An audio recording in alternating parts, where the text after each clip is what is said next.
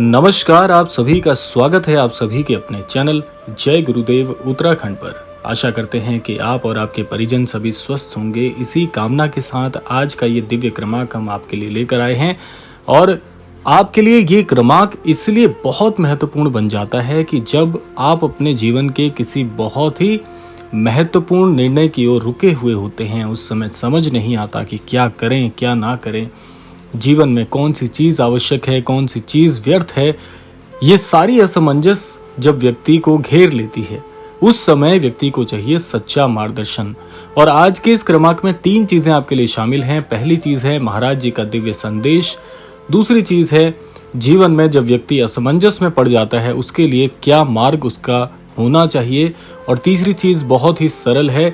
आज ये जो दिव्य ज्ञान आपको पता चल जाता है तो आप अपने जीवन में बड़ी आसानी से विषम परिस्थितियों में भी बाहर निकल कर आ सकते हैं। तो इसीलिए आप सभी श्रोतागणों के लिए, सभी दर्शक गणों के लिए, सभी अनन्य भक्तों के लिए आज का क्रमांक परम आवश्यक है सुनना। तो आइए बिना समय व्यर्थ किए हुए प्रारंभ करते हैं आज का ये दिव्य अध्याय। महाराज जी कहते थे कि प्रेम ही ईश्वर है और सेवा ही सबसे बड़ा धर्म है। और जब व्यक्ति जीवन में किसी मुकाम पर पहुंचने वाला होता है, बहुत करीब होता है और मुकाम को हासिल कर लेता है तो बहुत सारी चीजों को भूल जाता है। और ये लगभग 99% लोगों के साथ होता है। 99% इसीलिए क्योंकि जब सफलता आती है तो बहुत सारी चीजें आपसे छीन लेती है। वो सफलता सबसे पहले आपके ऐसी चीजों पर आक्रमण करती है जो आपके मूल सिद्धांत, यानी हर व्यक्ति के मूल सिद्धांत जो होते हैं उन सिद्धांतों पर ही आक्रमण करती है। और उन मूल सिद्धांतों पर आक्रमण होने के चलते कुछ संस्कार अपने आप विलीन हो जाते हैं। और 1% लोग वो हैं जो सफलता आने के बाद पहले अपने स्थायी भाव को छोड़ते ही नहीं हैं। 2 चीजें यहाँ पर हैं। तो आइए थोड़ा सा और विस्तार से इसको जानने का प्रयास करते हैं और साथ साथ में बताएंगे कि क्यों आज का क्रमांक आपके लिए बहुत ही महत्वपूर्ण है। अन्यथा आप भी वही 99% लोगों की श्रेणी में शामिल हो जाएंगे जब आपको सफलता मिलने में बहुत समय नहीं बचा होगा, कम समय होगा। और जब आप सफल हो जाएंगे तब भी ये नियम आपको पता होना चाहिए कि कैसे जीवन में आगे बढ़ना है, क्योंकि व्यक्ति वही है जिसका स्वभाव परिवर्तित ना हो। आइए जान लेते हैं महाराज जी ने इस विषय पर क्या कहा है। एक बार की बात है, श्री कैंची धाम में महाराज जी का एक बहुत ही सुंदर सत्संग हो रहा था, क्योंकि महाराज जी प्राय सत्संग और शिक्षाओं के कार्य में हमेशा लगे रहते थे। क्योंकि जितने अनन्य भक्त उनसे मिलने आते थे, हर कोई अपनी परेशानी, अपनी व्यथाएं लेकर आता था। तो महाराज जी उसके निवारण के लिए सरल शब्दों में उन्हें कुछ ज्ञान पूर्वक चीजें बताते थे, जिससे व्यक्ति अपने जीवन में उन चीजों को, उन शिक्षाओं का अनुसरण करते हुए अपनी परेशानियों से बाहर आ जाए। तो ऐसे ही सत्संग में महाराज जी की एक व्यक्ति से भेंट होती है जो महाराज जी के अनन्य भक्त हैं, और वो पूछ बैठते हैं यही शिक्षा जो आज हम आपको बताने वाले हैं कि महाराज जी आप कहते हैं कि सेवा का भाव, प्रेम का भाव ये व्यक्ति के मूल सिद्धांत होने चाहिए, इसके अनुरूप जीवन में यापन करना चाहिए। लेकिन महाराज जी क्या ये भाव हमेशा स्थायी बनाया जा सकता है? बहुत ही सुंदर ये प्रश्न था। कुछ इसी प्रकार से उन्होंने पूछा था और उसका आशय हम आपको आज इस क्रमांक में विस्तार से समझाना चाहते हैं कि अगर व्यक्ति बड़ा बनना चाहता है तो उसकी सफलता कैसे दूरगामी बनेगी। बहुत सारे प्रश्न इसके बन जाते हैं यहाँ पर कि अगर सफल होना चाहता है व्यक्ति किस नियम को अपनाए, और अगर व्यक्ति सफल होने के बहुत करीब है तो उसे कैसे व्यवहार करना चाहिए, कौन सी चीज उसके साथ हमेशा बनी रहती है, कौन सी चीजें उसके साथ हमेशा उसकी तरक्की को 2 गुनी से चौगुनी, चौगुनी से 10 गुनी कर सकते हैं। तो ये सारे प्रश्न आप आज के इस क्रमांक में प्रति उत्तर स्वरूप में प्राप्त कर पाएंगे। तो महाराज जी इस प्रश्न को सुनकर प्राय आसानी से प्रत्युत्तर करते हुए उनसे कहते हैं कि मनुष्य जो है इस संसार में हमेशा खाली हाथ आता है और खाली हाथ ही चला भी जाता है। फिर भी उसका अधिकांश जीवन धन को एकत्रित करने में व्यतीत हो जाता है। वो सोचता है कि जितना अधिक धन होगा उतना अधिक सुख मिलेगा, सम्मान मिलेगा और सुरक्षा मिलेगी। किंतु यही विचार धीरे धीरे उसके जीवन का बंधन बन जाता है। यानी आज के इस क्रमांक का जो मूल सिद्धांत है या मूल बात है इस क्रमांक की, वो यही है कि आप में से भी, हम में से भी बहुत सारे लोग यही काम करना चाहते हैं। उनका जो लक्ष्य है वो यही है कि ज्यादा से ज्यादा धन कमाएं। अब यहाँ पर आपके मस्तिष्क में एक प्रश्न आ रहा होगा कि ज्यादा से ज्यादा धन कमाना कोई गलत बात तो नहीं है, और धन जैसी जो चीज है उसकी तो हर जगह पर आवश्यकता पड़ती है, जो कि असत्य नहीं है, सत्य है। और अगर ऐसी आदत, ऐसा व्यवहार हमारा है कि धन ज्यादा से ज्यादा जमा करने की एक होड़ सी लग गई है, कहीं भी काम में मन नहीं लगता और मन एक ही जगह लगता है कि जहां से ज्यादा धन एकत्रित हो जाए, धन आता रहे, कमी ना हो, बटोरते रहें, ऐसा कुछ हो जाए, ऐसी कुछ व्यवस्था हो जाए तो जीवन में मजा ही आ जाए, आनंद ही आनंद हो, फिर काहे का कष्ट। धन मिलता रहे तो जीवन में क्या बुराई है, बल्कि जीवन तो धन्य समझो। ऐसी ही प्रवृत्ति हम सभी की है, मानव स्वभाव है। मस्तिष्क जो है इसी चीज के लिए बनाया गया है कि जहां से धन आ जाए तो धन का मतलब है वैभव, सफलता, सब कुछ। ऐसा हम लोगों का आज का ये आधुनिक युग बनता जा रहा है। और सबसे गूढ़ बात इस क्रमांक की यह है कि आज आपको पहली बार शायद इस YouTube के पटल पर ऐसे शब्द सुनने को मिले कि ज्यादा धन एकत्रित करने में बुराई क्या है। अगर ये बात कहीं कही जाए तो अतिशयोक्ति लगेगी, त्रुटि लगेगी कि नहीं, इसमें कोई बुराई नहीं है। लेकिन आपको अगर ये कहा जाए कि ज्यादा धन एकत्रित करना भी आपके लिए कहीं ना कहीं हानिकारक है, तो आप सोचेंगे कि कैसे हो सकता है। उसके लिए ये क्रमांक सुनना बहुत जरूरी है, क्योंकि आदत कहीं ना कहीं घातक है।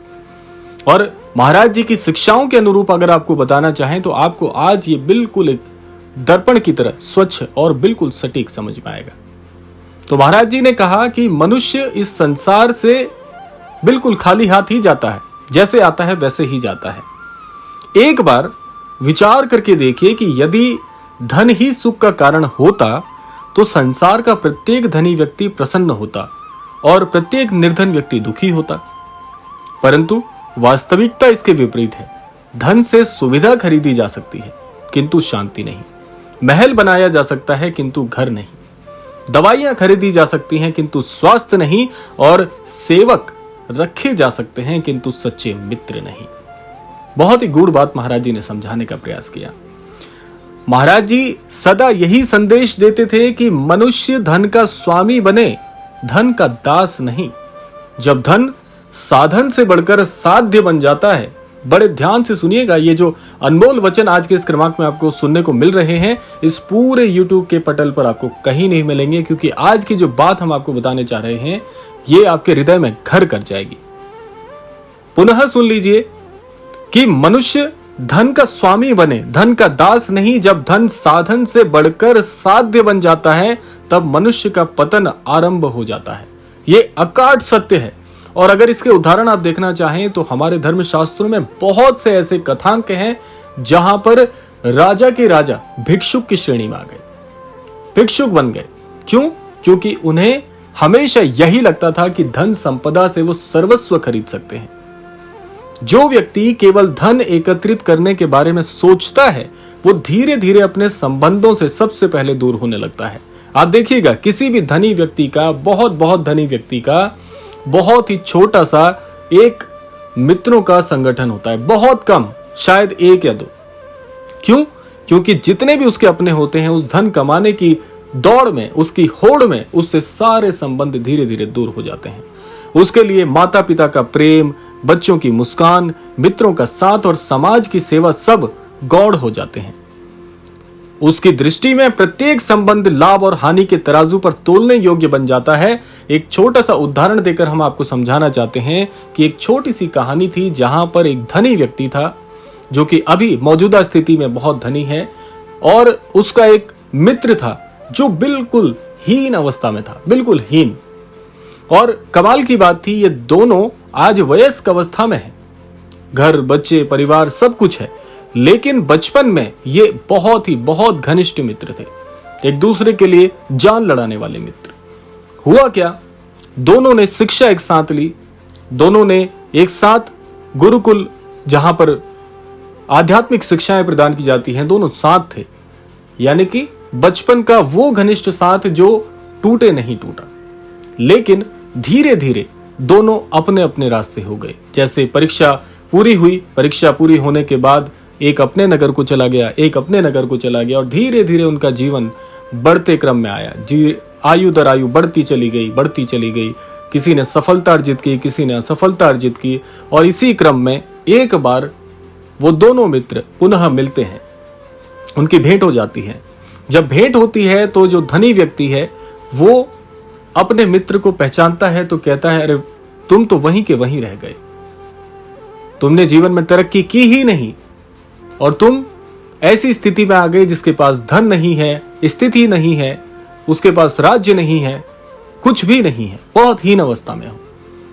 तो मित्र की ऐसी बात सुनकर जो निर्धन व्यक्ति था, क्योंकि गुणवान था, शिक्षावान था, बहुत ही उसको दुख पहुंचता है कि मेरा घनिष्ठ मित्र इतने वर्षों के बाद मिला है और आज इतनी कड़वी बात, पैसे की बात, धन की बात, राज्य की बात, और कोई बात उसने नहीं पूछी। तो उसे बहुत दुख हुआ।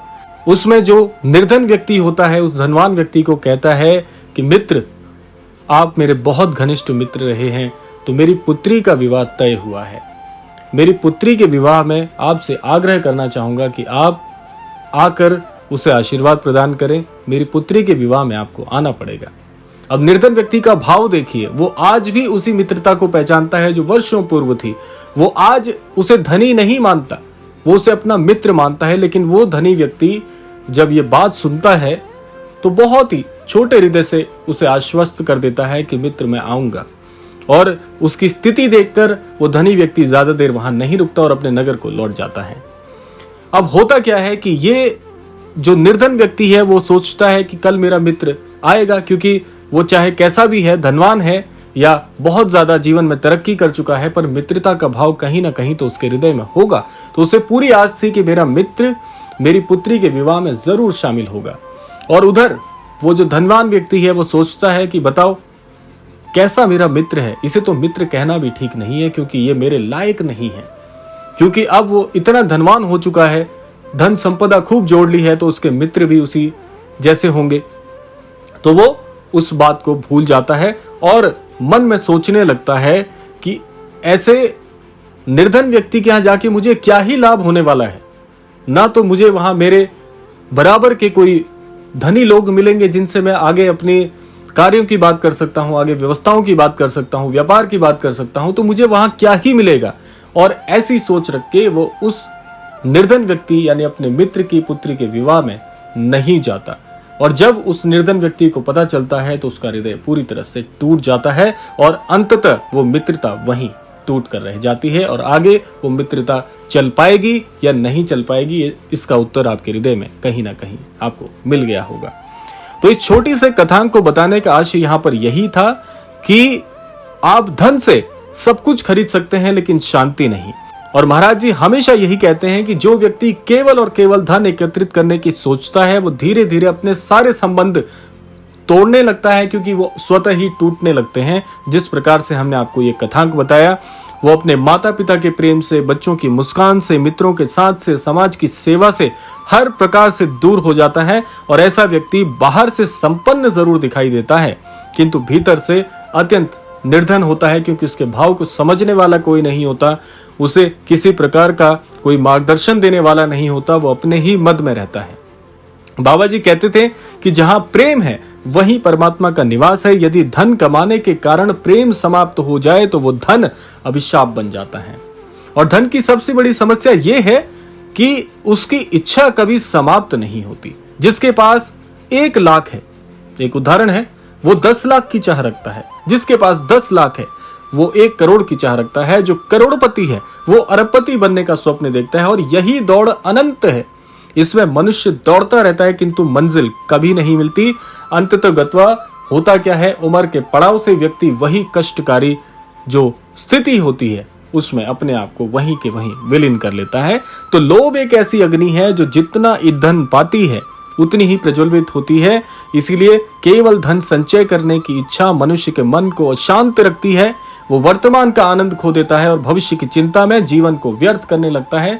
इतनी बड़ी समस्या आज 99% लोग इससे ग्रसित हैं। दीप करौरी बाबा जी की शिक्षा थी कि संतोष सबसे बड़ा धन है। जिसके भीतर संतोष है वो थोड़े में भी प्रसन्न रहता है, जिसके भीतर संतोष नहीं वो संपूर्ण संसार पाकर भी रिक्त हो जाता है। एक और गंभीर सत्य हम आपको बताना चाहेंगे कि केवल धन कमाने वाला व्यक्ति अक्सर सेवा और दान के महत्व को भी भूल जाता है। वो संग्रह करते रहता है परंतु बांटना नहीं सीखता, जबकि प्रकृति का नियम एक है कि जो रुक जाता है वो सड़ने लगता है और जो बहता है वही पवित्र रहता है। ये प्रकृति का नियम हमने आपको बताया। जिस प्रकार से एक नदी सदैव बहती रहती है तो वो मलिन नहीं होती, क्योंकि उसकी प्रकृति है चलयमान रहना, नदी बहती रहती है। उसी प्रकार से कहीं पर एक खड्ड है और वहां पर उस खड्ड में यदि वर्षा का जो जल है वो एकत्रित हो जाए काफी समय तक, तो आप देखते हैं कि वो वर्षा का काफी समय से एकत्रित हुआ जल धीरे धीरे वहीं पर सड़ने लगता है, जो ना तो पीने के योग्य है ना प्रयोग के योग्य। तो ऐसा नहीं बन रहा है। आपको हमेशा हमेशा संचित की बजाय, उसे संग्रहित करने की बजाय सेवा आदि में लगा देना चाहिए, क्योंकि वो सेवा आदि में लगने के बाद ऐसी ही जलधारा के समान हो जाता है जो आपके लिए पुण्य, सुख और सौभाग्य अपने साथ बहा कर लेकर आती है। और नदी अपना जल सबको देती है इसलिए निर्मल रहती है, वृक्ष अपने फल दूसरों को देते हैं इसलिए पूजनीय बनते हैं, सूर्य बिना किसी भेदभाव के प्रकाश देता है इसलिए संपूर्ण संसार उसका सम्मान करता है। मनुष्य भी जब अपने धन, समय और सामर्थ्य का उपयोग दूसरों के कल्याण में करे तभी उसका जीवन सार्थक बनता है, कहना है महाराज जी का। महाराज जी कहते थे कि भूखे को भोजन दो, दुखी को सांत्वना दो और असहाय की सहायता करो। यही सच्ची संपत्ति है जो मृत्यु के बाद भी मनुष्य के साथ जाती है। बैंक का धन यहीं रह जाता है, किंतु पुण्य और सत्कर्म आत्मा के साथ चलते रहते हैं। धन कमाना कोई दोष नहीं है। आलस्य और निर्धनता का महिमा मंडन भी उचित नहीं है।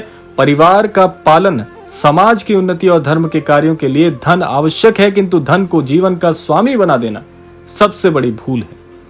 इसीलिए आज के क्रमांक में सारी चीजें शामिल इसलिए की गई हैं ताकि आप इससे कुछ ना कुछ सीखें। धन कमाइए परंतु धर्म पूर्वक कमाइए, धन रखिए परंतु अहंकार मत रखिए, धन का उपयोग करिए परंतु उसके मोह में मत फंसिए। इतना अर्जित करो कि परिवार का पालन हो सके और इतना वितरित करो, इतना सेवा में लगाओ, इतना बांटो कि किसी के जीवन में आशा का दीपक जल सके। याद रखिएगा कि अंतिम समय में मनुष्य से यह नहीं पूछा जाएगा कि उसने कितना धन कमाया, उससे यह पूछा जाएगा कि उसके द्वारा या उसने कितनों के आंसू पोंछे, कितनों को भोजन कराया, कितनों के जीवन में प्रेम और करुणा का प्रकाश फैलाया। बाबा जी का संदेश अत्यंत सरल है कि प्रेम करो, सेवा करो, भगवान का स्मरण करो और सादगी से जीवन जियो। धन को अपने हाथ में रखिए, धन को अपने हाथ में जरूर रखिए, हृदय में नहीं, क्योंकि जिस हृदय में केवल धन बसता है वहां ईश्वर और प्रेम के लिए स्थान नहीं बचता। और अंततः एक बात आपको जरूर स्मरण रखनी चाहिए कि धन जीवन की आवश्यकता है, इसमें कोई संदेह नहीं। धन जीवन की आवश्यकता है परंतु जीवन का उद्देश्य नहीं है। सच्चा धनी वो नहीं जिसके पास असीम संपत्ति है। सच्चा धनी तो वो है जिसके हृदय में संतोष, करुणा, सेवा और भगवान के प्रति प्रेम है। जिसने प्रेम कमा लिया उसने संपूर्ण संसार का सबसे बड़ा धन पा लिया। जिस दिन इस रहस्य को समझ जाओगे उस दिन जीवन में कभी कोई शक्ति आपको किसी भी प्रकार से डिगा नहीं सकती, आपका हृदय तोड़ नहीं सकती और आपसे वो हक नहीं छीन सकती जो ईश्वर की कृपा से, महाराज जी के आशीर्वाद से आपको मिलेगा। तो आशा करते हैं आज का ये क्रमांक आप सबके लिए फलदायी होगा। इसी कामना के साथ समय आता है विदा लेने का। यही कहना चाहेंगे कि महाराज जी सभी को सन्मति और सद्बुद्धि की प्राप्ति कराएं और इस संपूर्ण सृष्टि का, संपूर्ण लोक का कल्याण हो। इसी कामना के साथ विदा लेते हैं, मिलते हैं अगले क्रमांक में। तब तक के लिए जय श्री राम, जय गुरुदेव, जय उत्तराखंड।